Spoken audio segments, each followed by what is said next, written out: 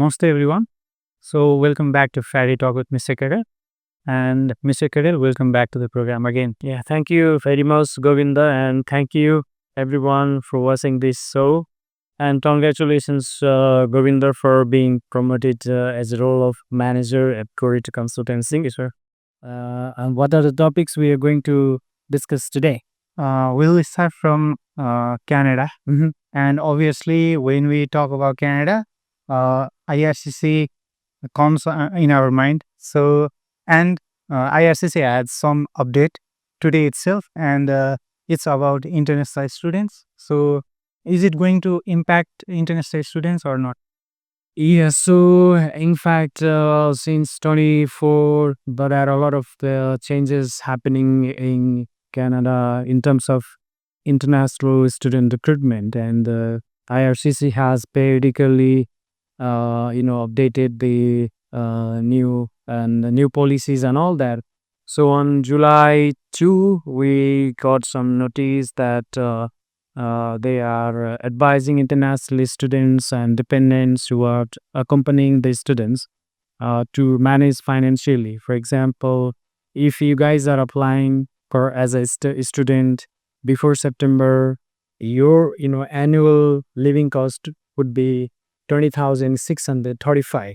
But if you are applying after September 25, then your living cost would be 23,895. So so this kind of changes are being updated recently, and also they are very much scrutinizing on the financial parts.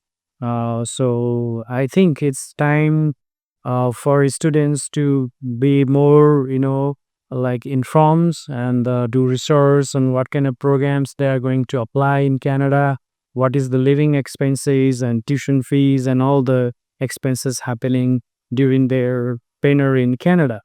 In terms of PGWP aligned programs, also they have updated so many things in June 25. And for the financial burden, that means your living expenses also updated recently. And also they are, focusing for providing at least 4 months of bank statements of your incomes. If you are applying to Canada, I think it's the best time to get genuine counseling from experienced counselors like Goreto. And because there are a lot of changes on PGWP aligned programs and living expenses and all that, so it's the best time and right time to get a very good counseling from trusted consultancies, right? Yeah, that was a great answer, Mr. Kanga. And talking about visa trends, so what is the visa trend right now, and what sort of students are being accepted, and what are the profile that are being refused? Yeah, actually, we must be honest in sharing you guys the correct, true visa approval scenarios. Some weeks we are getting very positive and positive outcome. Sometimes we are getting negative. But when we are analyzing, IRCC is mostly focusing for the financial aspects. If your financial standings are very good and if you have provided sufficient funds, proof to support your study and other expenses in Canada. So those students are getting visa approvals very high. But those who have not sufficient, they provided the documents, those are getting refusals. And I think it's time to work on for your financial aspects. So please maintain bank balance, your income sources, and show the enough evidence that you have capacity to pay your tuition, to pay your living expenses, including you or your spouses or children they are accompanying with you. So you should be able to provide the solid proof that you don't have any financial burdens when you are in Canada. Okay, because sometimes employment is limited in Canada, so we cannot guarantee that you can get employment and get money and get income to survive, pay your tuition fee, pay your living expenses. That's why you have to be very, very planned and you have to show that proof that you have good financial standings in your country, Nepal. Yeah. Okay. Thank you, Mr. Gada. Yeah. And although you covered the topic about financial documents and how can students like plan their documentation? Like I'm not talking about fake documentation, but Yeah. sometimes we can see that students are seems like students seems to like lacking on presentation of the documentation. So how can they plan? Actually, now, like we have to plan in advance, at least 4 months, statements they are asking. Yeah. So if you are applying for January or May 26 intakes, you have time to, prepare all your documents like that way.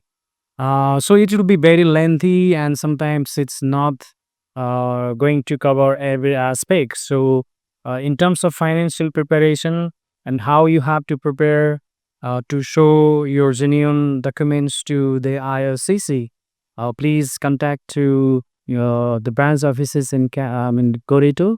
We will guide you how you can, be able to meet those requirements. You can still plan for like certain income sources that you need to show the proof by bank transactions and all other things.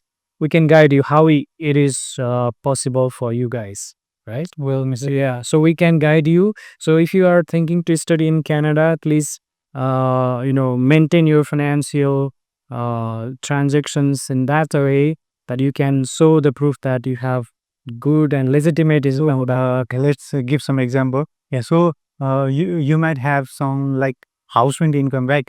But people take in cash. Yeah, like people take the income in cash. So please make that in transaction. You can show that in bank statement so that it will be valid.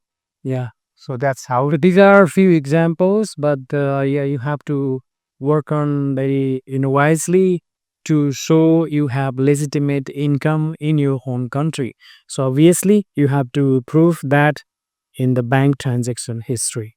Okay, Yeah. that was a great answer, Mr. Kara. So we are at the end of the program. So if you have any things to tell to Yeah, our yes, yeah. Actually, not only Canada, we have already started for Australia, UK, and USA. Please visit our visit your nearest branch of Goreto Consultancy. And I think we will be more capable to advise you regarding study in Canada and Australia and UK and USA as well. Okay. So, having said this, visa refusals are normal. We cannot guarantee that you will get visa if you fulfill certain criteria, but your chances of getting your study permit approved is very higher if you can justify your financial standings with sufficient bank statements and other source of proofs. Yeah. Yeah. So apply with Goredo. Yeah. Happy Friday. Bye bye. Namaste. Bye.